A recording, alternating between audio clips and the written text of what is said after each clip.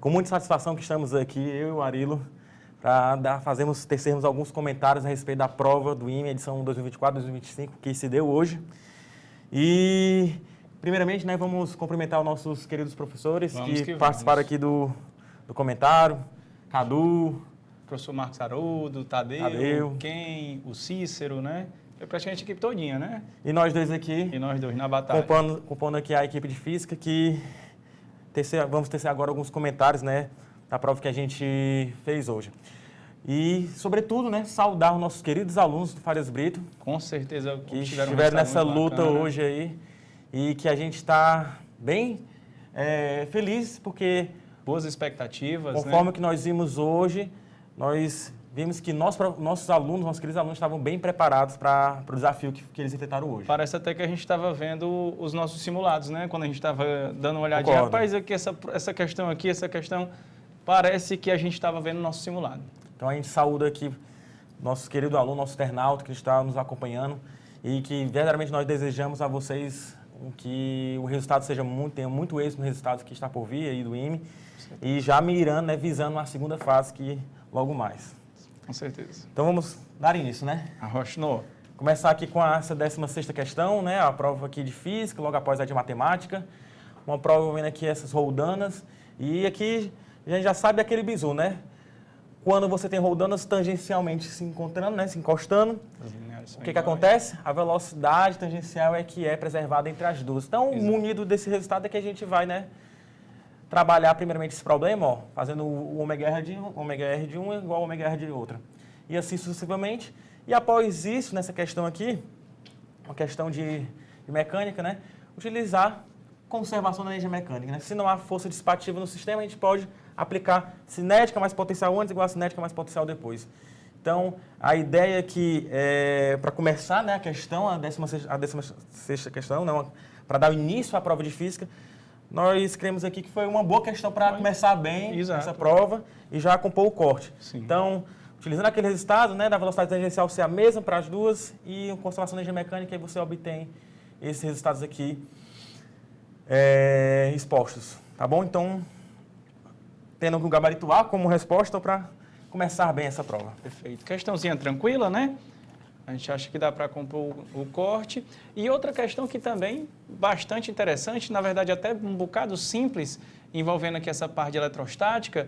Basicamente, a gente está falando aqui de lei de Coulomb, né? E a gente basicamente tem que encontrar as componentes. Não tem nem muito mistério, é uma questão que com certeza era para você pegar para poder garantir o corte, porque ela não tem nenhum tipo de, digamos assim, um desafio, uma sacada, né? É aquela questãozinha de você poder garantir alguma coisa aqui para você, eu vou pegando confiança, né? É aquela coisa, você tem que saber por qual questão começar e pegando, para você poder ir pegando confiança, saber que está garantindo o corte e poder avançar para as mais difíceis, né? Mas questãozinha tranquila, não julgo que tenha nada de efetivamente diferente não, né? Então, acho que a gente pode ir logo para a próxima, né? Dando prosseguimento, né, agora uma questão de equilíbrio hidrostático. Tubos em um, vasos em um, muito comum, assim, né, muito abordado, batido, desde a abordagem teórica em sala, como também nos simulados. Então, vasos comunicantes, gases ideais, então, pressão de um lado igual a pressão de outro. Então, essa ideia aqui, que é uma ideia bastante já utilizada nessas respectivas questões, um processo isotérmico. Então, também julgamos que essa questão aqui... Era para o corte, né, também. Faz parte do corte, então já são 3. Sim, que a gente julga que, no contexto de início de prova, para começar bem a prova de Física. Sim. E não tem muito mistério nessa questão, convenhamos. Não tem muito mistério. Realmente, se organizar aqui no equilíbrio, traçando as linhas isobáricas para você justamente ter a fazer pressão do gás de um lado, igual a pressão atmosférica do outro, né? Aqui está tampado aqui. Mas a pressão da coluna de líquido. Então, exatamente. E saber trabalhar justamente, né? Já que ele está trabalhando com centímetro de mercúrio, unidade também de pressão, já o próprio tamanho da coluna, né, já vai representar. Exatamente. O pessoal está mais acostumado com Pascal, com Newton, né, que é o mesmo Newton por metro quadrado. Aí talvez alguém se incomode um pouco de mexer com outra unidade assim, mas aí a gente vai ganhar tempo, né? E essa ideia aqui tem abordado em diferentes contextos, né? Que você tem um processo de equilíbrio de pressão agora, aí tem um processo isotérmico no gás, aí faz o equilíbrio de pressão posterior. Exatamente. E aí você junta os resultados e vai obter aqui como resposta, no caso, o item D. Então, uma questão cuja o caminho é bem batido já. Outra questão para você ir ganhando confiança, né? Exatamente. Vamos para a próxima. Outra questão também que a gente também julga que entra para o corte, porque, na verdade, é uma questão até bem simples, né? Quando a gente olha, ela não teria muita dificuldade, porque é uma questãozinha de elétron, no caso, eletrodinâmica, mas o bom é porque a tensão ela é constante, ela não vai variar. Então, basicamente, a gente pega esse primeiro gráfico, calcula a carga, não é isso? E aí, depois, a gente calcula o trabalho muito rapidamente, desculpa, no caso a energia, né? Muito rapidamente, já sabendo a DDP, já que ela não vai mudar. Não é isso? Então, não tem. Talvez o maior trabalho seria a conversão de unidades aqui, né? Mas não é uma questão também assim para a gente se assustar, né? Outra questão para a gente garantir o corte. Então, eu creio que essas 4 primeiras aí, o nosso aluno aqui, FB, ele foi conseguindo garimpar essas questões e se sentindo mais confiante para pegar aquelas questõezinhas mais lá para frente. O nosso V já são 4 questões que tranquilas, né? Faltam 2 já, para a gente já ficar bem na prova de física e ter realmente garantido o corte. Então, a gente julga que realmente faz parte do corte. A questão não demanda muita dificuldade. Tranquila demais. E dando prosseguimento, acho que agora a gente depara com a primeira questão que já envolve uma conta mais acentuada, já envolve uma organização a mais, no contexto de prova que é bem rápido, né? É corrida a prova, já visto que tem matemática, tem química também. Exato. Não é uma questão assim, extraordinariamente difícil, mas é aquela questão trabalhosa, né? Aí a pessoa depara que usa aproximações, aí é bem típico do IME fazer isso também, substituição do número racional e tal, raiz quadrada.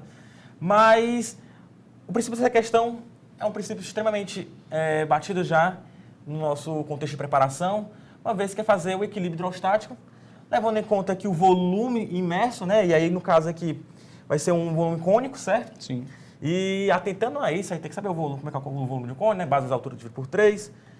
E aqui nós vemos aqui a elucidação dessa questão. E não tem segredo. Peso igual a impulso. Levando o impulso, densidade do líquido, gravidade, volume submerso, né? O peso do líquido deslocado.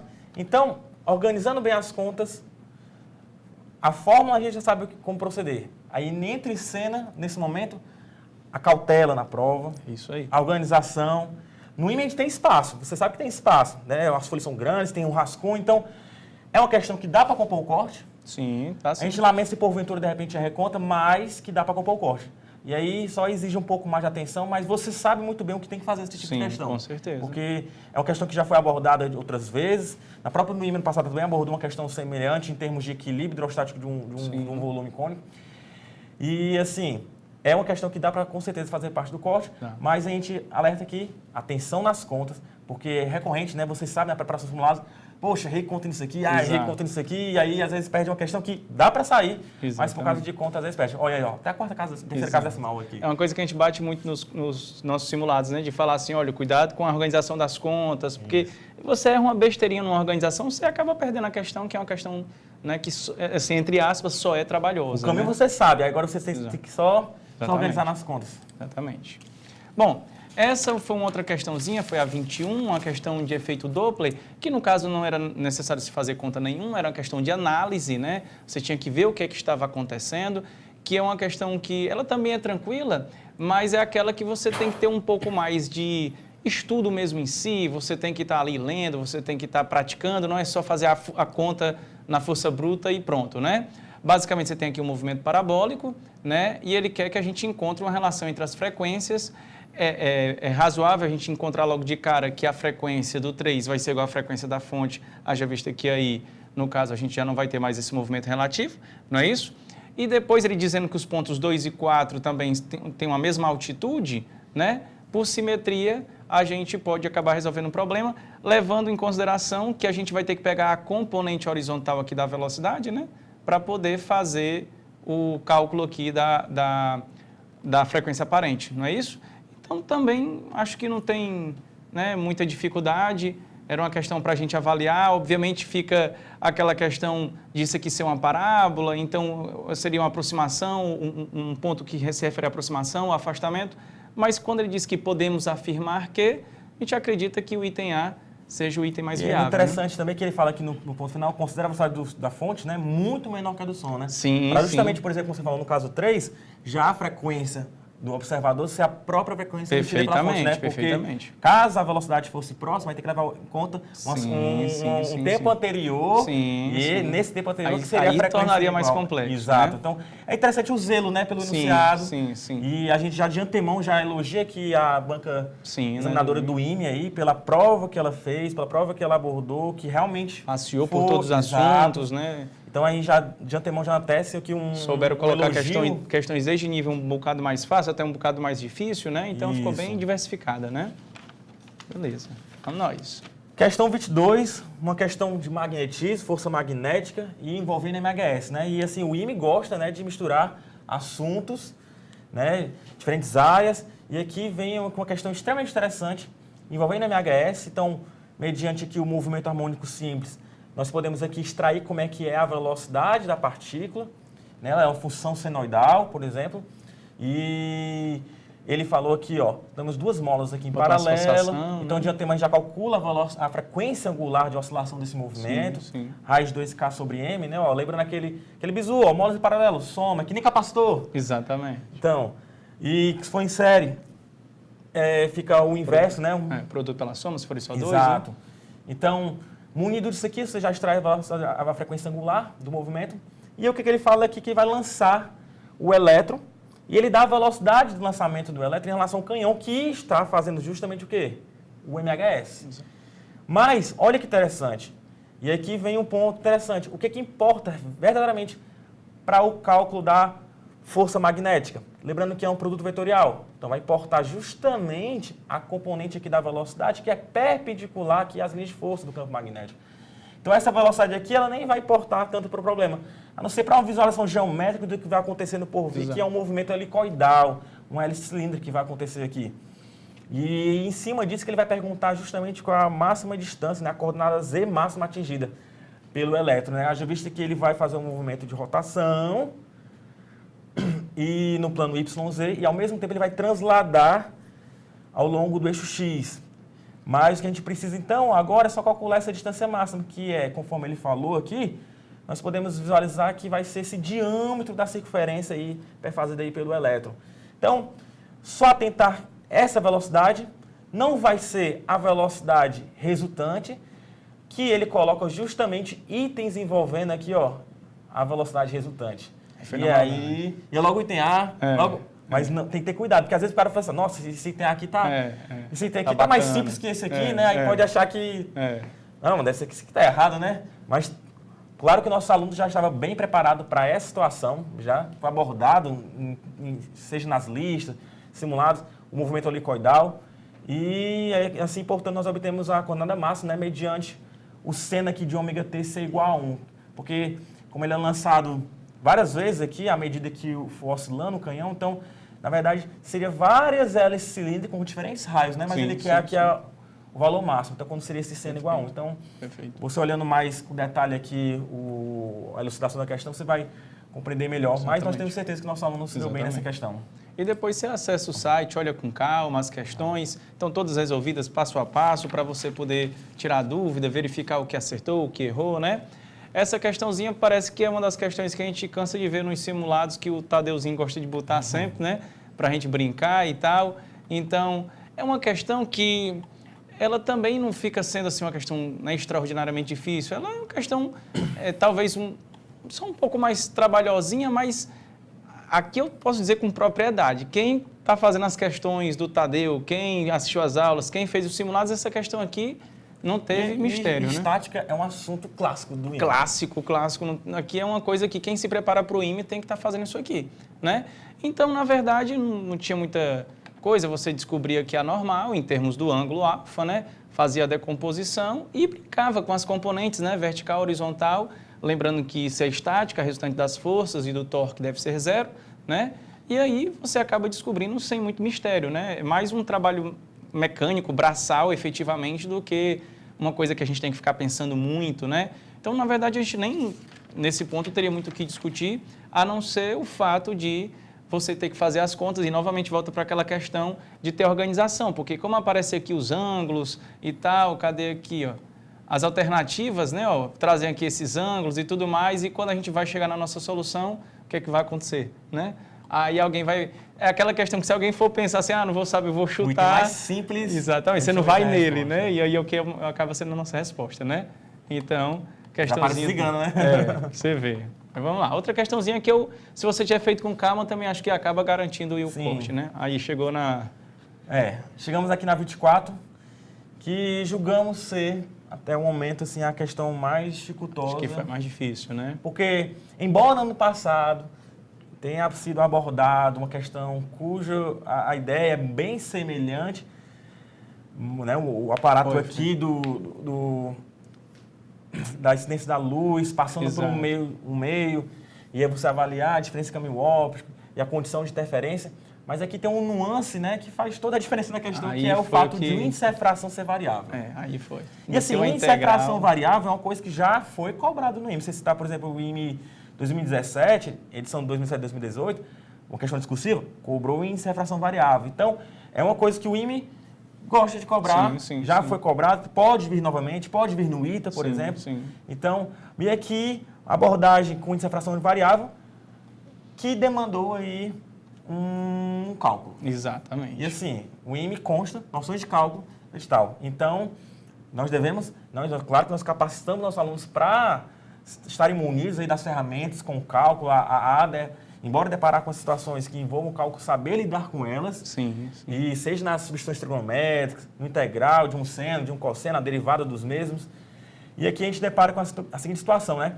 Se fosse o índice de refração constante, famoso caminho óptico, distância percorrida pela luz vezes o índice de refração, para fazer parte, né, da fórmula do caminho óptico igual o comprimento de lambda, né? O comprimento de onda vezes um número inteiro, caso for interferência construtiva, ou M mais meio de lambda, se for interferência destrutiva, certo?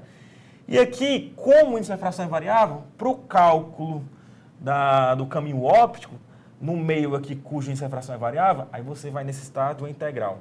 Se para percorrer uma distância com índice de refração constante é a distância vezes índice de refração, para percorrer uma pequena distânciazinha com índice de refração que está mudando a cada ponto, teremos que efetuar, portanto, essa integral aqui do índice de refração vezes, né, um infinitésimo de distância, porque a cada infinitésimo o índice de refração está mudando, né? Exato.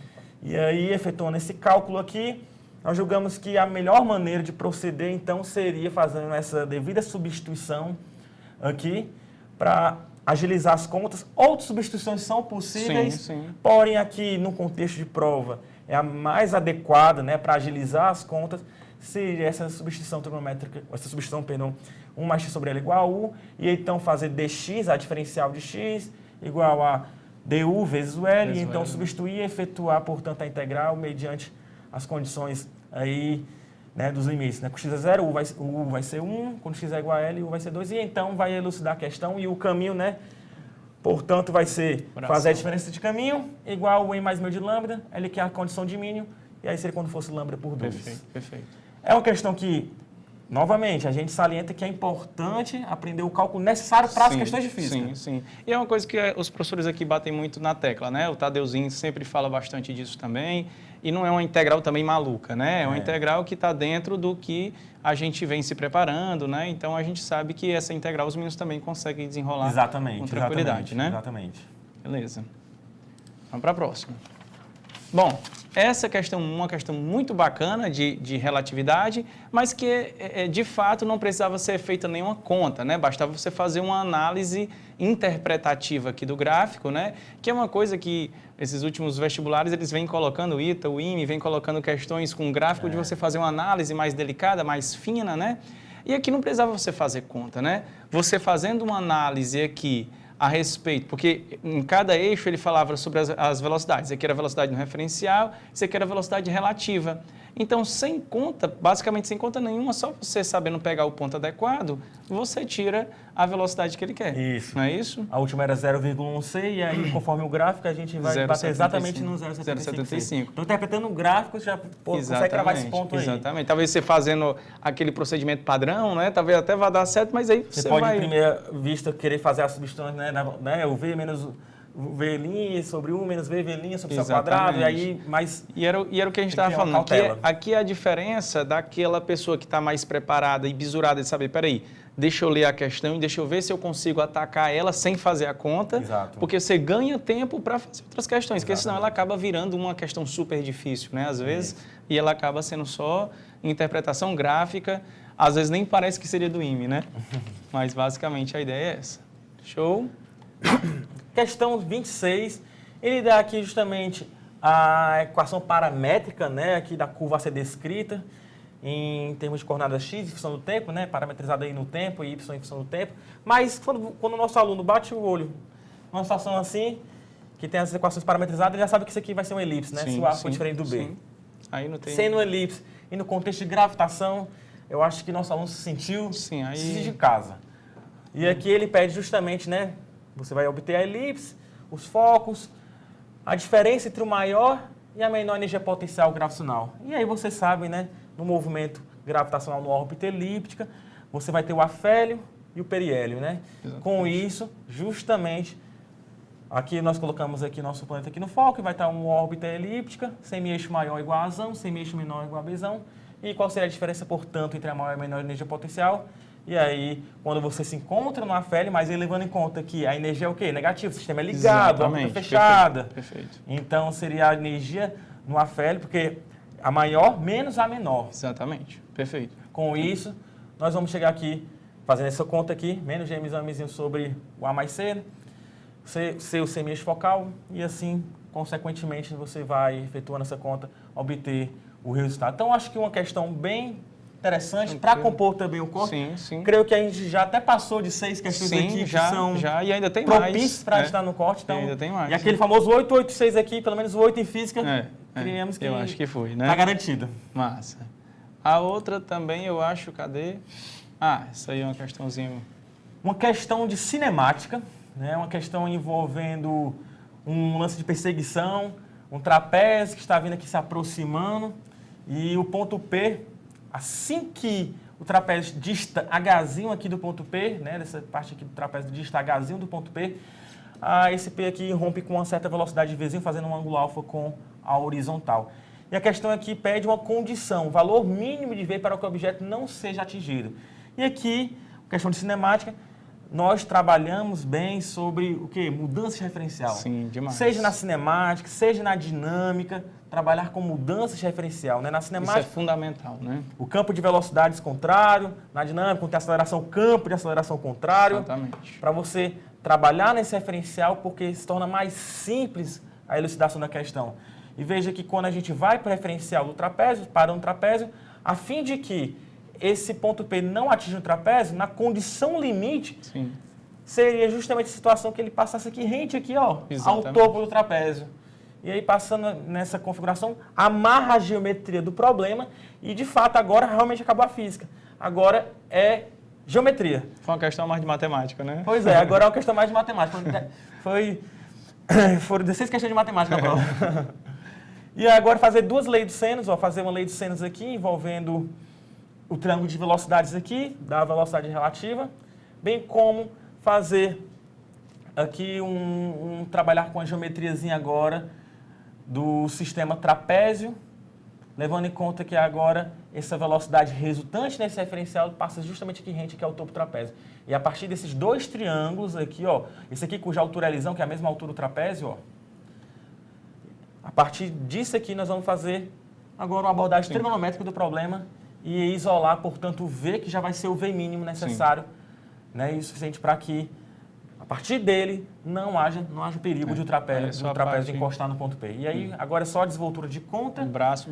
Vou fazer aqui um seno A, cosseno B, menos seno B, cosseno A. Exatamente. E termina o problema.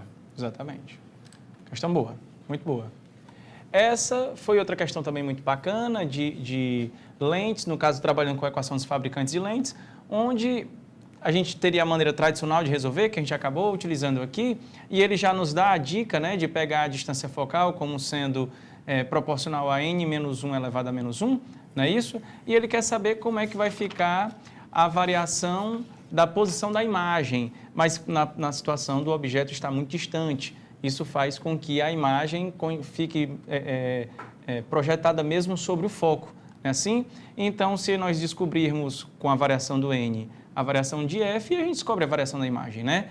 Então, ele dá a dica aqui na parte inicial, né? Aliás, aqui essa aproximação, e fazendo a devida substituição, acrescentando ΔN, a gente acaba encontrando o f que já a gente determinou lá atrás e faz aquela aproximação para o módulo de ΔN muito pequenininho, né? Muito menor do que n menos 1. E a gente chega no nosso resultado, né? O interessante notar, foi até o professor Cadu que acabou nos dando a ideia no fim, né? Que se a gente for fazer por diferencial, aí sai direto o resultado, né? Obviamente, ele nos dá a ideia de como partir daqui, que seria o caminho tradicional, mas se nós pegarmos e diferenciarmos isso aqui, aí numa linha você resolve e você não precisa nem mais se preocupar em ter que fazer nenhuma substituição, nem nada, né? Um aluno que já tem um certo domínio com diferenciais, fazer diferencial, cálculo diferencial, já vai poder ganhar um tempo aqui. É outra questão que você transforma em muito rápida, né? Porque é uma linha. Esse tipo de coisa às vezes você usa em termodinâmica, né? Mas exatamente. Em outros contextos também você pode muito bem trabalhar essa ideia. Exatamente. Que é muito bem-vinda, né? Questão muito boa, típica IME também, né? E a 29. Essa aqui é a questão do Marcos Haroldo, né? Porque ele vive botando essas questões, né? Comentando essa parte de termologia, que ele diz que sempre é bastante importante a gente se preocupar com isso também. E, na verdade, foi uma questão até tranquila. Talvez, eu ia dizer que trabalhosa com os números, mas até os números foram bons também. Não precisou ser feita nenhuma conta quebrada, né? Então, o resultado, a gente chegava rapidamente em 18 quilogramas, mas talvez tenha sido até uma das mais fáceis, tirando o fato de ter muito dado, né? Mas é uma questãozinha de associação de resistência térmica, sendo que a gente tinha esses dois caras associados em série, né? E aí a gente pode escrever desse jeito de maneira direta, né? Sendo L sobre K mais L sobre K, porque eles estão em série e aí fica mais tranquilo, né? Exatamente. Mas é uma questãozinha tranquila, só substitui, as unidades já estavam ok, não precisa, só 2 unidades conversões que a gente precisava fazer aqui, mas eram tranquilas também. Aquela dica, né? O fluxo vai fazer o papel da corrente elétrica, né? Exatamente. A diferença potencial faz o papel da diferença da temperatura, exatamente, né? E aí a gente extrai a equivalência, né, da resistência térmica com a resistência elétrica. Então, é uma dica muito interessante. E aí você vê uma aplicação aí. Aqui sai direto, né? É impressionante. Muito bom, né? Por fim, chegamos aqui na última questão. Uma questão extremamente interessante, envolvendo eletrostática. Um campo elétrico, ele deu aqui o campo elétrico, a sua função, né, no intervalo de 0 a Rzão, cuja a expressão agora não é mais carregada matematicamente, envolvendo a função harmônica, aqui, uma função trigonométrica, que é uma função quadrática, em R, e que a partir do Rzão, ela se anula. Exato. E aí, como proceder? E aqui podemos dizer que é um problema de eletrostática envolvendo condições de contorno. Condições de contorno, em que você vai analisar as condições limites, as condições das interfaces, para então poder obter os resultados que ele solicita aqui. Exatamente. E aqui, o que você tem que fazer? Lembrando, distribuição de carga volumétrica que eles aprenderam, campo elétrico, né, na distribuição de carga volumétrica, ele vai variando e na transição na interface para o outro meio é contínua. Exatamente. Ao passo que se fosse uma distribuição superficial de carga, isso já não acontece. É descontínuo.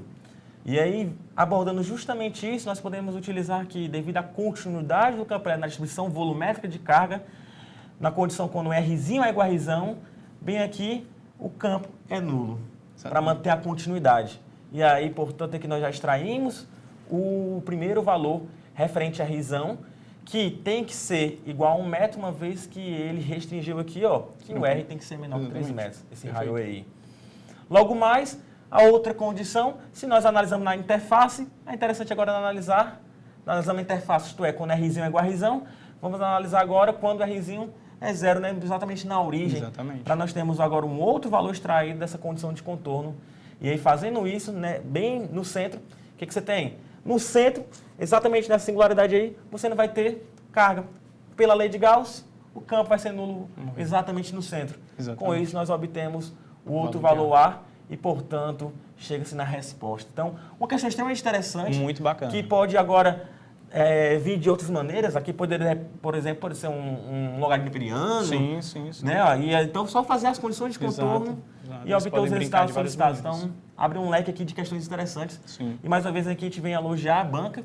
Com que certeza. passou aí por várias questões, abordou bem e sem nenhum problema no quesito questão a ser anulada. Exato. Nós não encontramos alguma incongruência. Exato. Acho que a prova foi toda muito bem elaborada, bem distribuída. Os nossos alunos, com certeza, muito bem preparados. Parece que a gente está vendo os nossos simulados, parece que a gente está vendo as aulas dos professores, né? Então, a gente só tem mesmo a torcer e desejar um excelente resultado para todo mundo. Estamos aqui na torcida e na batalha para a segunda fase. Exatamente. Né? Estamos felizes porque nós queremos que nossos alunos foram bem na prova hoje. E agora já podemos visar a segunda fase que está por vir, porque o que foi abordado hoje pelo IME, nossos alunos, sim, eles tiveram preparação mais que suficiente para ir bem nessa prova. Certeza. E por isso nós realmente estamos alegres com isso. Foi uma prova mais difícil em relação ao ano passado, convenhamos, foi uma prova mais difícil em relação ao ano passado, mas que foi muito bem estruturada, não teve incongruências e com isso nós temos a certeza que nossos alunos foram realmente bem nessa prova e agora já podemos visar a segunda fase. Desejamos a vocês um descanso, né, devido para amanhã e que vocês possam ter uma semana aí bem abençoada e já rumo à preparação para os desafios por vir. Vamos que vamos. Gente, muito obrigado. Até a próxima. Muito obrigado. Valeu, tchau.